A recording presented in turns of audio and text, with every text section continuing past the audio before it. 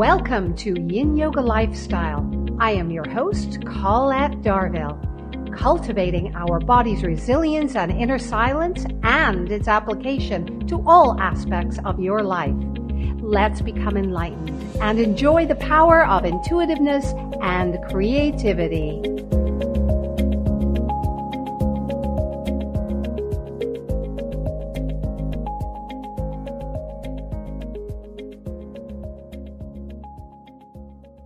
You are listening to Society Bites Radio, social interaction for the mind and soul.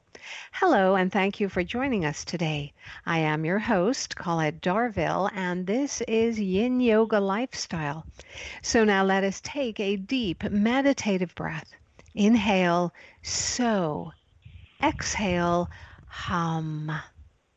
As a youngster, Brenda Nickolaus grew up with parents who inspired the art of magic and wonder.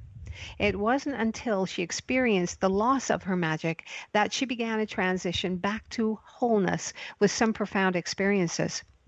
Today, Brenda is a photographer, naturalist, certified creativity fitness coach, soul, art guide, and Reiki master. Through personal coaching, workshops, and classes, Brenda guides her clients using artful tools through soul, art, and nature to explore a more meaningful, creative way of making dreams come true. Brenda's clients experience a joyful, magical life, showing how to connect with their inner artist through soul searching, intuitive drawing, journaling, and nature crafting. In addition, Brenda is an author and one of 12 women who have contributed to the recently released book, Women Standing Strong Together. Brenda is passionate about teaching, sharing ideas, and empowering you to go out and shine your brilliance. Welcome to Yin Yoga Lifestyle, Brenda. Thank you. It's so nice to be here. I'm excited. I'm very excited to have you here too. The book is really great, and I really enjoyed reading your chapter. Thank you. But so let's go back years and years, not too many years. But you grew up in a home you described as magical. Can you talk about what that was like? I think a lot of it is I was able to play and to ride my bike wherever I wanted to go. My parents were I always say I was born in a health food store before it was the craze.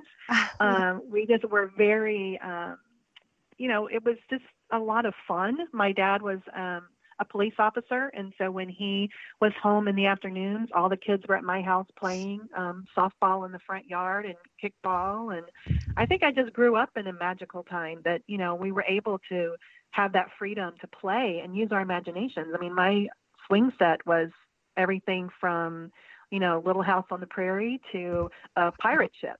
So yeah, you were encouraged to use your imagination.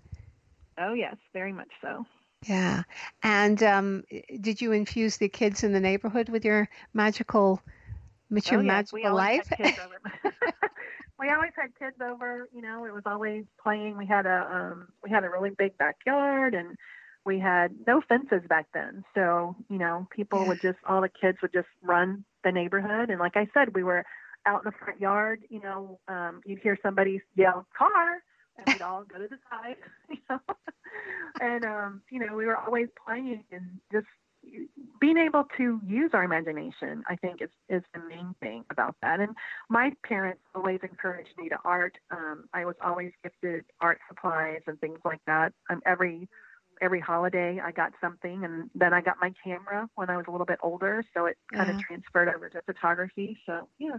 Wow, that's really, so that was, many people growing up don't have that inspiration, or parents are too busy, right? So yeah, it's true. I was very fortunate. You wrote, "I was always taught that when we look for inspiration in our darkest hours, we really do find it, sometimes through a sequence of circumstances." Did that inspiration come easily to you? When did you experience the disappearance of your magic? I think when, my dad and my mom were always open a book and look at a chapter. We use oracle cards nowadays and the tarot and things like that. But, my dad would just say, okay, what's going on? We would sit in the living room. We would talk about things. We'd always look for the silver lining. I was always taught to look for that, to see what the lesson was about things. And Yeah. it just seemed like, when you get older, you kind of lose that. And it's, life gets in the way, and, you're cooking dinner, and you're taking care of the kids and your husband. And it's just, sometimes we just kind of lose that part of it. And so when I experienced the disappearance of when my dad died, really is when it was terrible and really hard on the whole family. And I just kind of, I don't know, I just kind of lost it. And I just kind of, you kind of went through the day, you got up, you did your things, you just kind of did it because you're supposed to, Yeah. but Yeah. it just wasn't fun anymore. And that's what I really missed. That's the magic, is the fun of it, is what I really missed. Yeah. And that was before or after he passed? Did that happen to you? After he passed. Yeah, after he After he passed. passed. Yeah. Yeah. And I was an adult. I had kids. I was, married, but it's still, it just affects you in different ways. And it took a while to get it back. Yeah. And when you were sort of struggling to try and get that magic back, I love that you call it magic, because Like, yeah, I just love that you say I lived a magical childhood, and hmm I loved the magic in my life. hmm Um, you went on to really sort of become a coach, an artist in your own right. Um, hmm and then you became a certified creative fitness coach. hmm Did that happen? Was that part of the healing, or did that happen later on? That happened a little bit later on, but I think it helped a lot more even in the more healing that I did, because I think there's always layers in healing. And so when my husband was diagnosed with cancer and he passed a few years ago, I kind of went through another dark hour. And so Hmm. the Creatively Fit coaching came when I was trying to incorporate my art and my coaching, and just really to make to be able to serve more people and to be able to guide more people and to really incorporate what I loved and to show people the magic, because I was always, I worked at a wildlife sanctuary, and we're always outside, and the weather is beautiful, and there's hummingbirds. People have never seen a hummingbird. I was like, are you kidding me? I was like, we need to look up. We need to look around us. We need to, like, as we're walking, we just need to, like, be aware. There's beautiful dragonflies that are every color in the rainbow. And it's like, really? I'm like, yes, there are. Start looking. You know? And I think being creatively fit is just being balanced, both sides of the brain, but it's also being able to notice things and to really start, looking for the magic, because that is magical. I just and it makes you come out of the, I guess, the dredge of life Yes. sometimes, that we, the Yes. moving on and just doing things like that. Yeah, and that's exactly it. Being infused with creativity always lifts the spirit, right? Oh yes, Yeah. definitely. That kind of brings me to my next question to you is, you're talking about nature, and you talked about Mm-hmm. uh, being inspired by nature. But how does nature inspire our inner artistic spirit? Because there's a lot of people that would say, those are two different things. How can we Well, manage to connect those two? Well, nature and artistic. I mean, if you look back in the days, I mean, that's, Monet's, all of his paintings of Hmm. nature, and how it really heartens our hearts now. It really gives us hope. And even when I teach my classes, I taught a class on, actually, I'll tell you a story. I taught a class on painting clouds, because everybody loves doing clouds. And so we went outside and we looked at clouds, and then the next couple of weeks my ladies came back in and it's like, I almost got in a car accident because I'm looking at the clouds and thinking how I can paint them, and looking at, and oh my God, there's so many colors, and I didn't realize it. I just thought clouds were white, and now I'm seeing more. And I think that part of the artist in us, once we start really noticing things and you start hearing things also, like the hummingbirds, like I was telling you about earlier. My friend had never seen a hummingbird. I was like, well, listen for it, and listen for it. And I told her to listen for it, and then now she sees them all the time.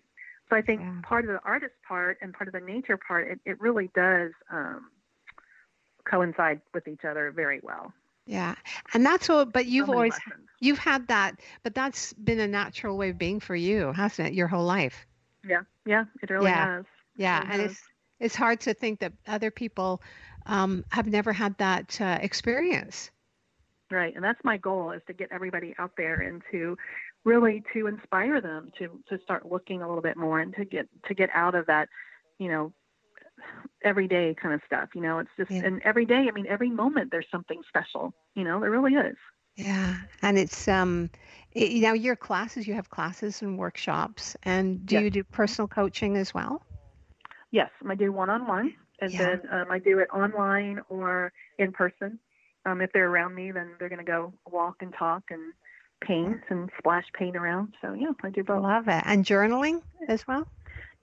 Yes, art journaling. I really have been encouraging people to do the mixed media. It's the old sketchbooks that we used to have that I have like Yes. millions of. And Yeah. now they have now they have The- what's called a mixed media journals, and it holds paint better. It's a little bit easier, and that way people can kind of, instead of having 20 canvases in their house, they have just in their book. So that's how I teach with that. yeah. And it's a bit thicker, the paper, isn't it? Yes, it's a lot thicker. It takes paint, marker, glue, because I'll do journaling with like soul art, with journaling with written pages and things, vision boards kind of in your Wow. book too. So yeah, a little bit of Yeah. everything. I like that. Do you use glitter? Keep it fun. I'm sorry. Do you use glitter? Yeah. Who doesn't use glitter, That's the right? fairy. I gotta have the fairy in me. So, That's it's right. gotta be that one. We So love it. gotta have glitter. Gotta have the glitter. Um, Yeah. can you tell us how you came to be part of the book Women Standing Strong Together? Yeah, that's another synchronicity that, if you, in my book, I talked about the following breadcrumbs, and I totally believe in that my whole life. And Mm. synchronicities. And I had met Gloria, which is one of our publisher at the time, and at a women's get together, and it was about speaking engagements and how to monetize your speaking.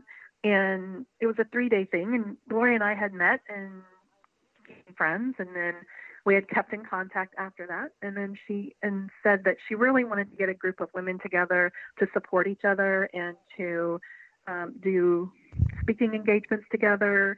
And then it just kind of morphed into the book. The more we heard about each other's stories, she invited me to write a chapter. I was like, what?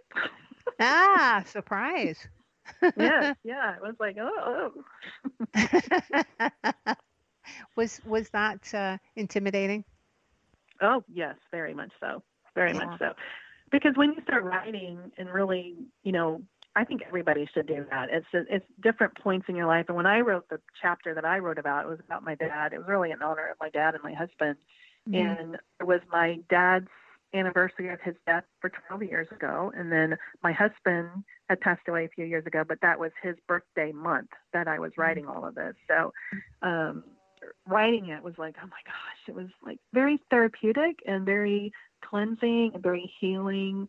We go through different kinds of healing all the time. And so, and being able to share stuff like the stuff that I shared in the chapter was definitely, with Gloria helping and doing outline. I've never written a book, or anything like that before. I've written like little excerpts from a blog post and things, but not like Yeah. that. So it's different. Yeah. It's being part of the book inspired your life, did it? Yes, it really has helped me step out more into more of me. I think it's just given me more confidence, and it really is a way to look at yourself a different way, I think, too. Mm. And I've been getting a lot of positive feedback that people, from the chapter that I wrote, and because you're never sure like how it's going to be received. And so it's like this, you did